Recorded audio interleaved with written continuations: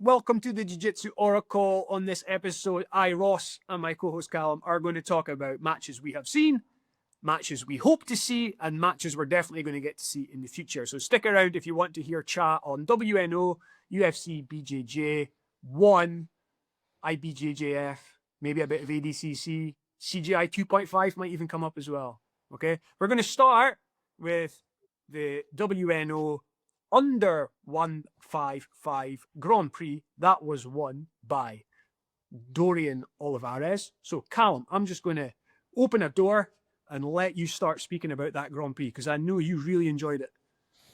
I did really enjoy it, especially compared to the recent UFC and BJJ events. I think for a couple reasons. One, even though I've not really been that opposed to the whole rounds thing, I've quite enjoyed that. I really enjoyed like the fact that it was 15 minutes and we got to see the matches play out in a longer setting. And I really enjoyed the strategic elements that we saw of that.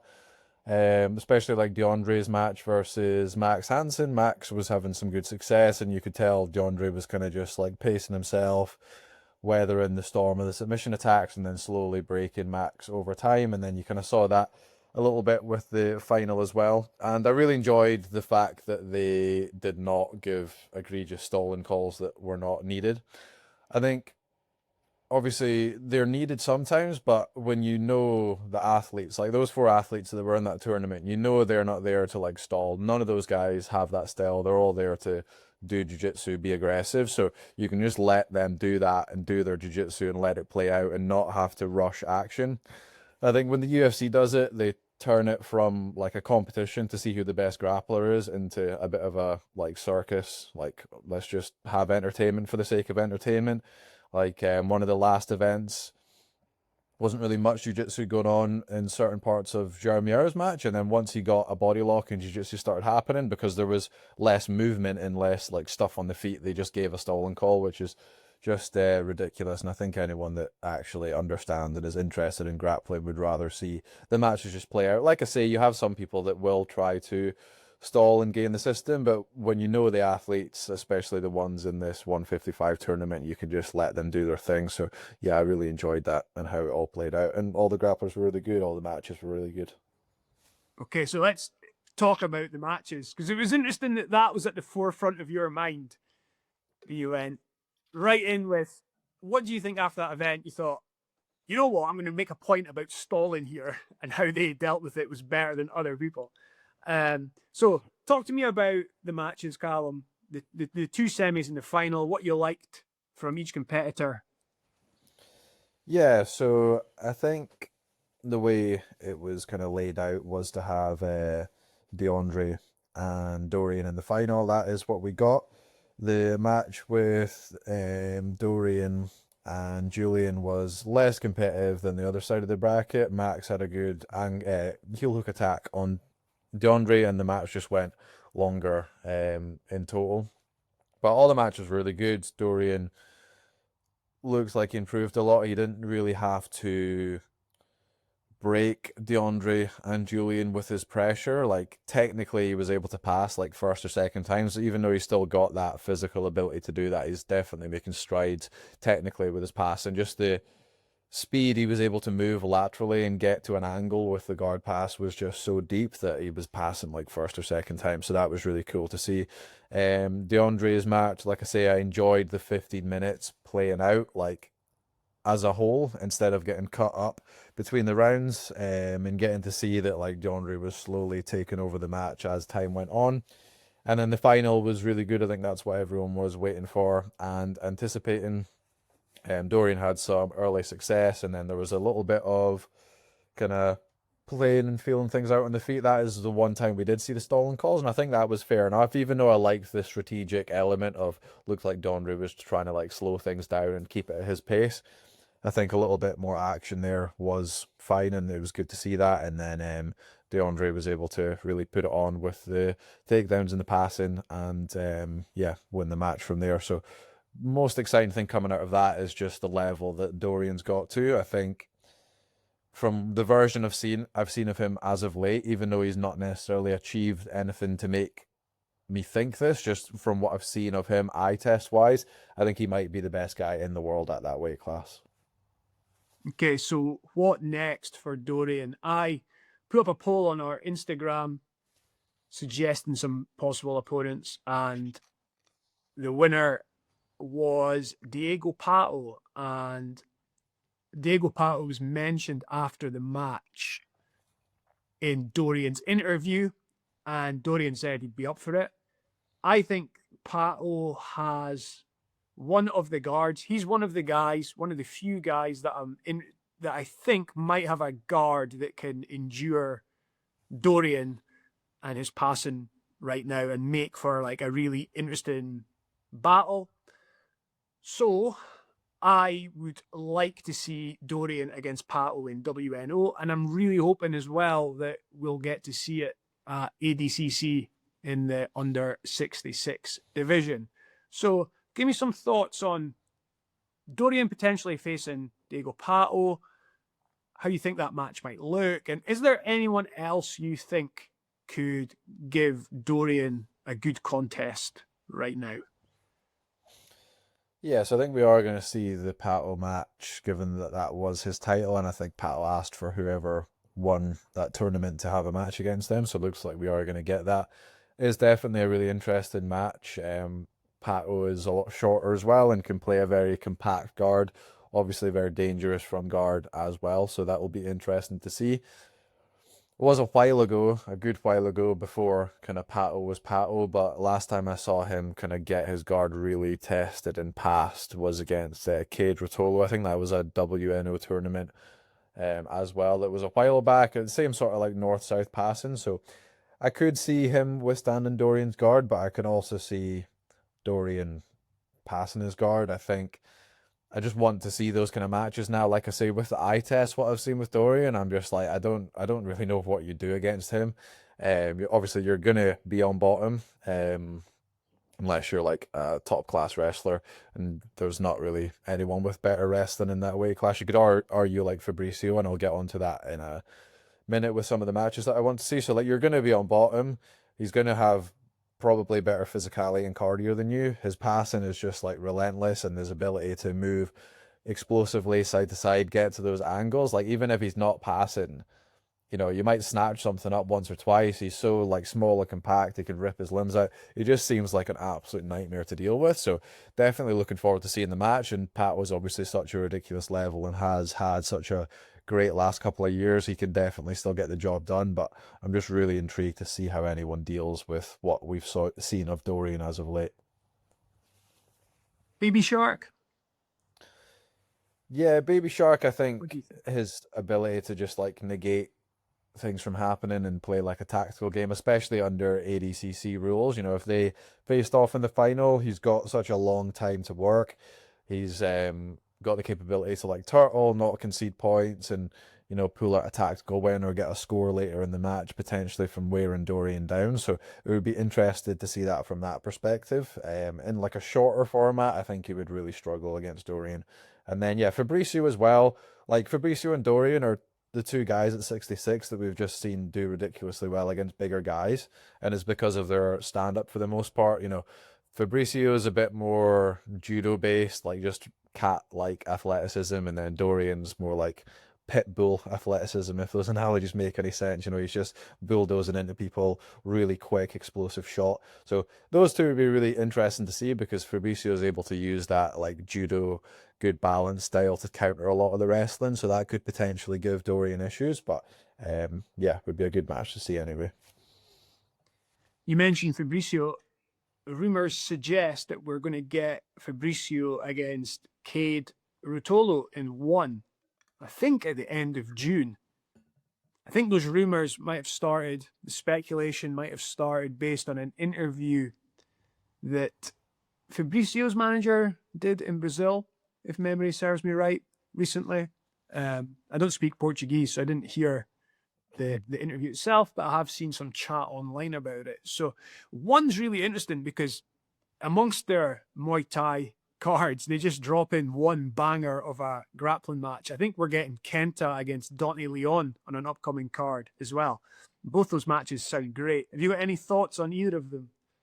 Well, I think the most interesting thing about that is, they're not they've obviously got long-term contracts for like the Rotolos and stuff, and they seem to be given like single match contracts to get them good matches. So there's no excuse for the UFC if one are doing it. You know, like they have their stars at one with like the Rotolo brothers, and they're getting them unbelievable matches. Like all the matches they're getting them are really high level people. So you know, there's no excuse for the matches with Mikey and stuff that they can't just do the same with them. But yeah, these matches coming up are really good. Kenta versus Dante. I feel like that has happened before, although I can't remember when or where. Maybe like Aiga or something like that. And I think Dante came away with a win. But yeah, really interesting match. I think with Kenta's like durability and wrestling, might see Dante play guard a little bit, but Dante's got a very good guard ability to wrestle up, so there'll definitely be some interesting points in that match. And then yeah, Fabricio versus Cade. Again, Fabricio's ability to deal with bigger guys and you know, especially on the feet, that'll definitely give some interesting moments in the match because Cade's not going to pull guard. I don't think Fabricio's going to pull guard. I think just for the size and the pressure of Cade, though, I do see him winning that match, even if he doesn't necessarily take him down, just like getting his hand on the mat for a split second, then jumping into an armbar or a triangle or a dart or something is definitely something I can see happening, but will be a great match regardless, I think. Interesting that these guys all have matches coming up in the summer because we were suggesting that they might be some of the contenders to take part in CJI 2.5. And since the initial dripping out of info from Craig on social media, it's gone a bit quiet. I did hear Ben from Flow Grappling, who is friends with Craig, have an interview on the recent WNO event, and he was saying, yeah, it looks like CGI 2.5 is happening, the money is all going to be accounted for, etc. So it does seem that like the wheels are in motion on it. But yeah, I would like to know a bit more with like only a few months to go until the proposed event would happen in July. And I just find it interesting that other promotions are starting to get matches between guys who might possibly have been invited to take part. So yeah, I think using one as a bridge to start talking about UFC BJJ, I think you're absolutely right. I think an issue with UFC BJJ is that even although I really enjoyed the main event with Andrew Tackett and Vagner Rocha on the last show, and we're going to talk about that in a little bit, I think they're going to struggle to get viable opponents for Mikey and Andrew, who are like their two stars right now, based on their seeming, and I don't know the ins and outs of the contract situation, but it just seems that like the terms that they're wanting to bring guys in on aren't the most enticing. Like Mikey, it looked like was going to have a match against Xiao Miao. They even had like a handshake, a chat between the two of them on a recent show, and now it looks like Zhao's decided not to take the match. And I have seen some chat online about maybe he didn't think the terms were worth his sort of like training sacrifices, coaching sacrifices, etc., that he'd have to make to then take a match with Mikey. But that would have been a good match because, from at least from an interest standpoint, right? Because you know Zhao has a standing in the sport, so does Mikey. As it is, Mikey's now going to face, I think it's Kevin Dantzler, who, despite me being a grappling nerd, I know nothing about. And then the same kind of situation happening with Andrew Tackett, right? Vagner stepped up to take this match, but I think Vagner said before the match, he was just asked at a recent UFC BJJ show whether he'd consider taking it, and he said yes. But how many like viable contenders are there out there for Andrew who'd be willing to come into the UFC on the UFC's terms? Whereas you see the likes of one bringing in someone like Pavel Javorsky, who seems to be able to come in for a match, and then he has the match, and then he goes out, you know. Or I don't know if he's going to get another match off the back of it, but certainly you're right. They're doing a much better job at bringing in people with like a higher skill level than a lot of the main event opponents that we're seeing, and definitely like a higher name value. So I think like the problem is if your main event sucks, then you kind of lose interest in fans wanting to see the event. So I do think the UFC is maybe going to have to change their approach from that point of view. Like just in terms of like we've all got ideas and comments and criticisms that we could make on like general vibe of the show, like commentary, all this kind of stuff. Like all that's not going to change really. Like as much as I don't like using this term, or I try not to, like it is what it is. Like the UFC BJJ present a product, and that's what we get. But I do think one improvement they could definitely make is how they are booking definitely the main event matches, which are lacking a bit of spice. That said, we usually on the show get one or two matches that are really good, and I am interested, excited in seeing, but it's very much like an undercard sort of thing. Anyway, I got into a little speech about UFC BJJ there. So, Calum, you come in with like any comments on that, and then we'll start heading towards talking about Andrew Tackett against Vagner, which we both enjoyed.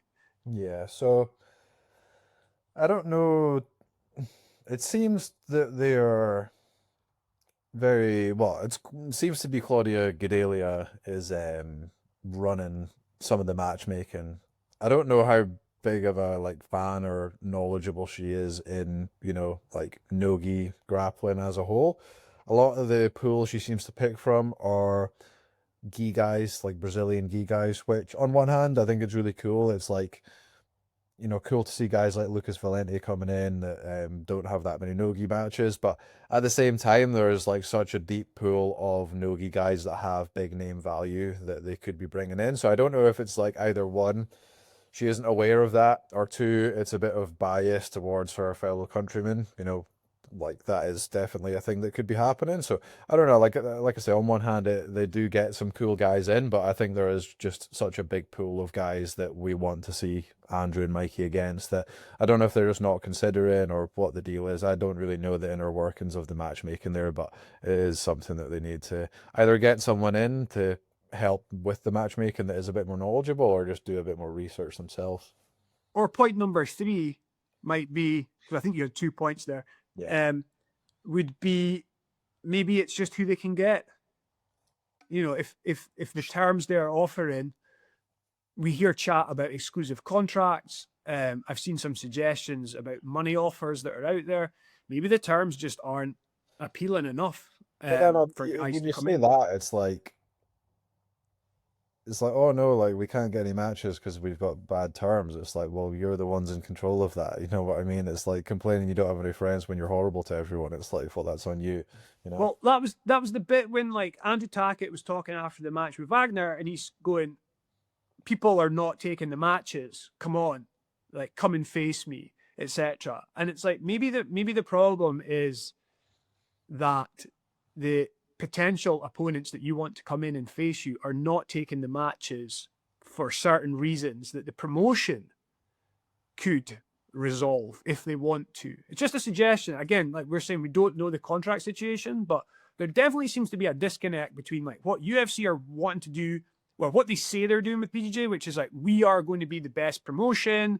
We've got the most exciting matches. We've got the best guys. And then like the product that they're actually putting out and those top matches that we're getting to see again on the undercard. And like, it's not their fault that Merigali against Moody like didn't happen because I think Merigali got injured, but like that was a really interesting, exciting match between two guys with good name value, good skill level that I really wanted to see. And usually on these cards you get matches like that, but yeah, We I think already know though, like how they treat their UFC fighters, which is their main product, and like the controversy around their pay and like them getting paid what they're worth. So like a little side thing that they've got going on in jiu-jitsu, a little side project, like if they're not paying their MMA guys what they're worth, then they're definitely not going to be paying the jiu-jitsu guys that. Aside from maybe, yeah, their top few stars and like, yeah, your Conor McGregors and John Joneses, they get paid well enough, but like it's everyone else. So I think that will trickle down to the UFC BJJ as well. yeah, I agree. Anyway, let's talk about stuff that did happen in UFC BJJ. Andrew Tackett against Wagner. Give me your thoughts on that match. Yeah, Wagner is just like the archetypal veteran grappler. Like he's in his early 40s now. Can't necessarily like beat everyone in the world, but like he can pretty much give everyone in the world a good match. Like nobody really runs through Wagner, you know. Only person I've really seen like just have their way with Wagner is Gordon.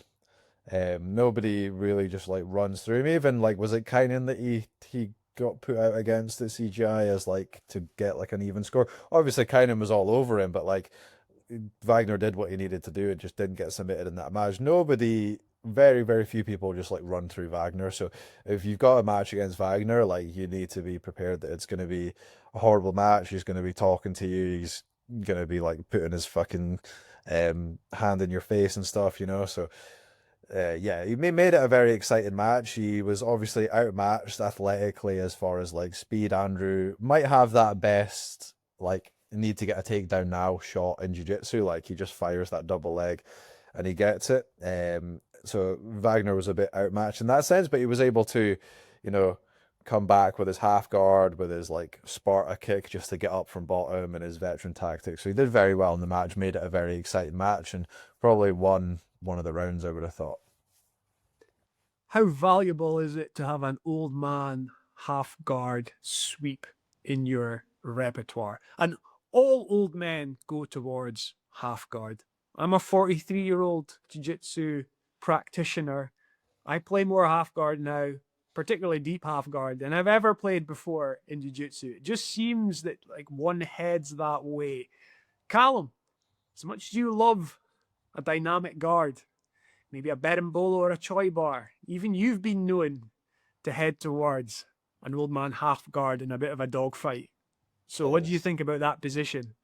It's the goated guard in my opinion. Like if I could only play one guard for the rest of my jiu-jitsu career, I would pick that. It doesn't require any athleticism. You see short, stocky guys doing it. You see the opposite end of the spectrum, guys like Ellis Young are having great success with it. If you're coming in and you're shattered or you're wanting to protect an injury, you can't be bothered expending energy. It's a great thing to go to.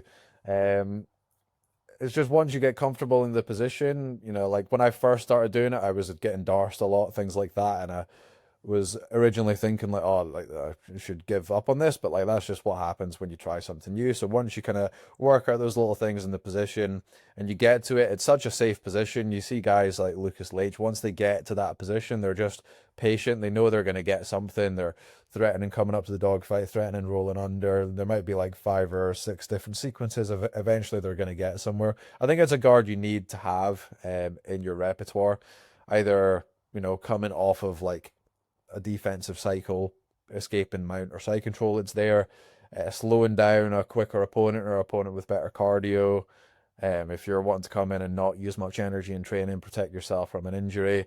And also it's just good to learn even if you're not old while you're young, so that when you can't play that athletic game anymore, it's already something that you're very skilled at. So definitely something that you need to have in your arsenal.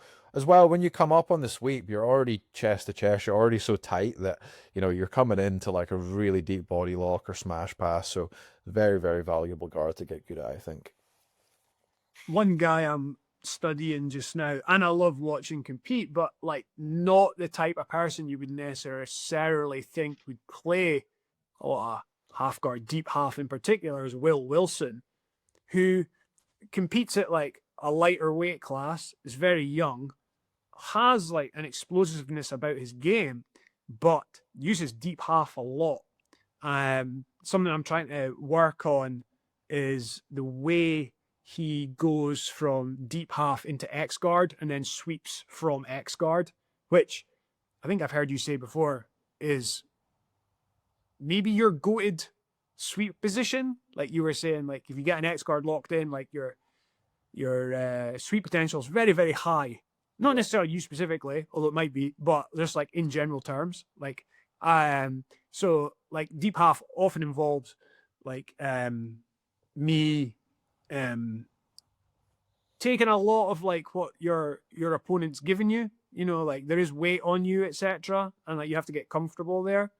But I think if you can jack them up a little bit and get them into X guard, then that's a great way to like start adding in sweeps, leg locks, back takes, and it's like a safe way to get towards X guard. So I just wanted to highlight that because it's someone who plays the kind of game we're talking about, but not necessarily your Vagner Rocha type of grappler who's 43, try to slow down an opponent, try to suppress them. So yeah, check out Will Wilson. Very much recommend him. Okay, anything else in UFC BJJ that you want to mention match-wise? Because we've chatted about the promotion and the main event. Declan Moody looked really good against Patrick Gaudio. Just kind of, I think it took him about a round to do it, but essentially just like smoked him, got on top, saw his guard passing. He's known for his north-south passing, but his passing's very versatile. Like he's got his north-south pass and his body lock passing's really good. His half guard passing's really good. Split squat, J-point camping, but he did manage to pass once or twice with his north-south pass and then got in the back and got the choke. So it would be good to see if they keep him on at that promotion and give him some of these matches. Like Merigali would have been a really good match to see, especially with Merigali being out in the time period that we've seen Declan really rise and make a name for himself. So because of that, I think that will be really interesting to see. So if they can rebook that, that would be pretty good to look forward to, I think. How good's Declan's White Monster passing system, Calum? It's good. I've only just started having a look at it a little bit, but yeah, it's good.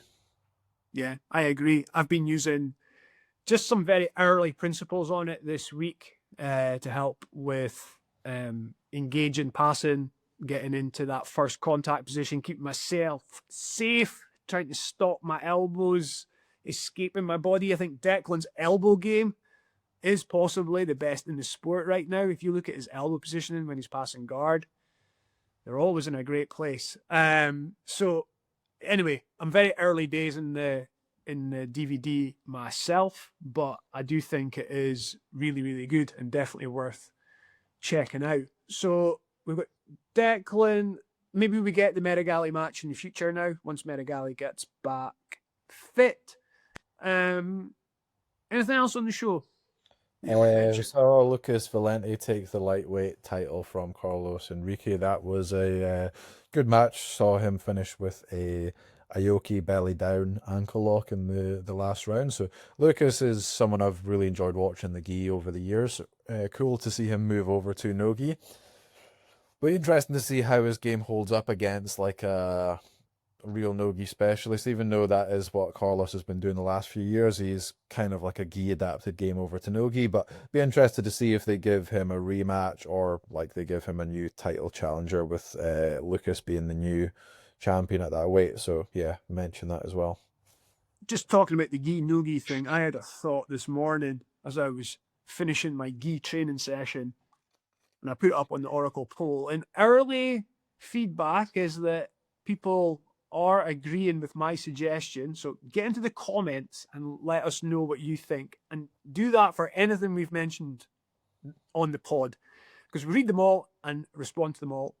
That the gi scene right now is more interesting, more exciting, bigger matches between bigger named grapplers with great skill level than the no-gi scene. I think the no-gi scene in recent times, I think with Craig and Gordon being the most influential, biggest stars in the sport, being big advocates of the no-gi scene, there is this idea that the no-gi scene was better and maybe the gi scene was a little bit boring, but we're right in the middle of the gi season right now. The Pans was awesome. The Brasileiro is a way to happen. And then we've got the Worlds. And in these IBJJF majors, pretty much in every bracket I look at, there's at least two people I want to see have a match. And they're going to probably meet semis or final. And in some of the deeper divisions, we're talking about 4, 5, 6 guys. All like really, really good grapplers, good name value. And I think the IBJJF scene right now is like pretty exciting, and I think that I prefer it to the no-gi scene right now, which is a bit fragmented. It's getting a bit tough to match up guys who are at that elite level that we want to see face each other. Hopefully CGI 2.5 solves that problem. But shout out to IBJJF and the gi scene, which has sometimes not got the best press or appreciation from the whole grappling community, but I'm very much enjoying it right now. UFC BJJ, Calum. Right, what matches do we want to see for Mikey, Musumeci, and Andrew Tackett going forward? Let's leave the podcast on that. Let's put out some ideas. We're not just here to dump on what we don't like.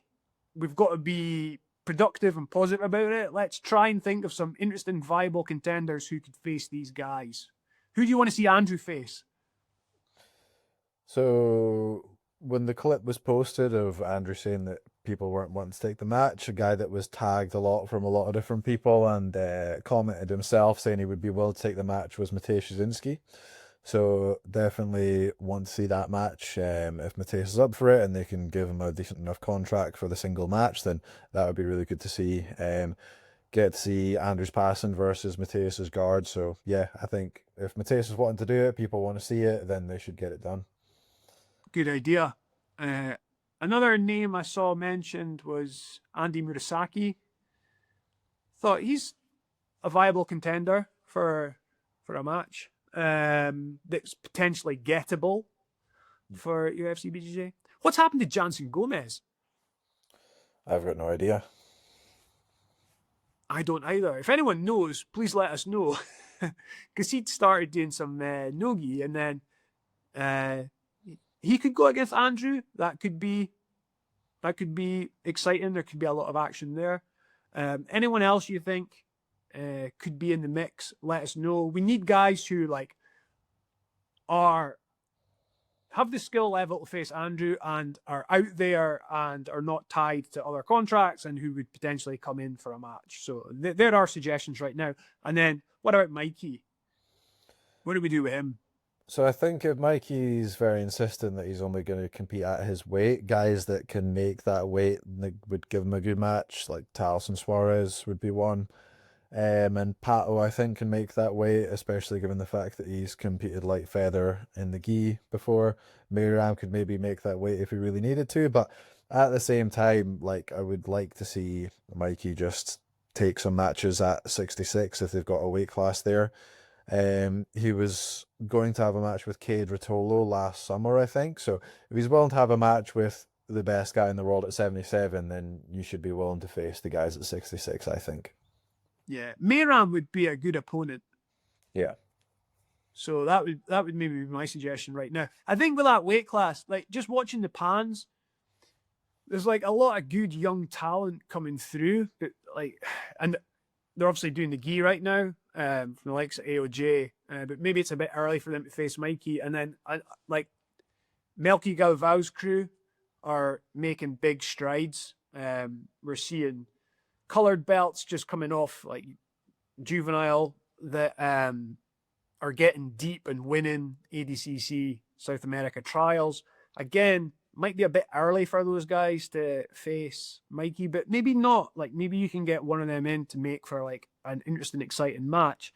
They would just lack the name value right now. But if they have if one of these guys has a good ADCC in a few months, then maybe going forward they could go up against Mikey. But yeah, I think Mehram, maybe if Mehram can make the weight, or I don't know. I don't think you have to be beholden to this title that Mikey has and him having to compete at that weight and stuff like that. If they want to get him on the card, if they want to make a main event that people want to tune in for, they might have to alter a little bit about what they're doing. But hey, you guys in the comments, come up with some ideas. Let us know. Calum, I think the next thing on the agenda, jiu-jitsu wise, is going to be the second ADCC US trials.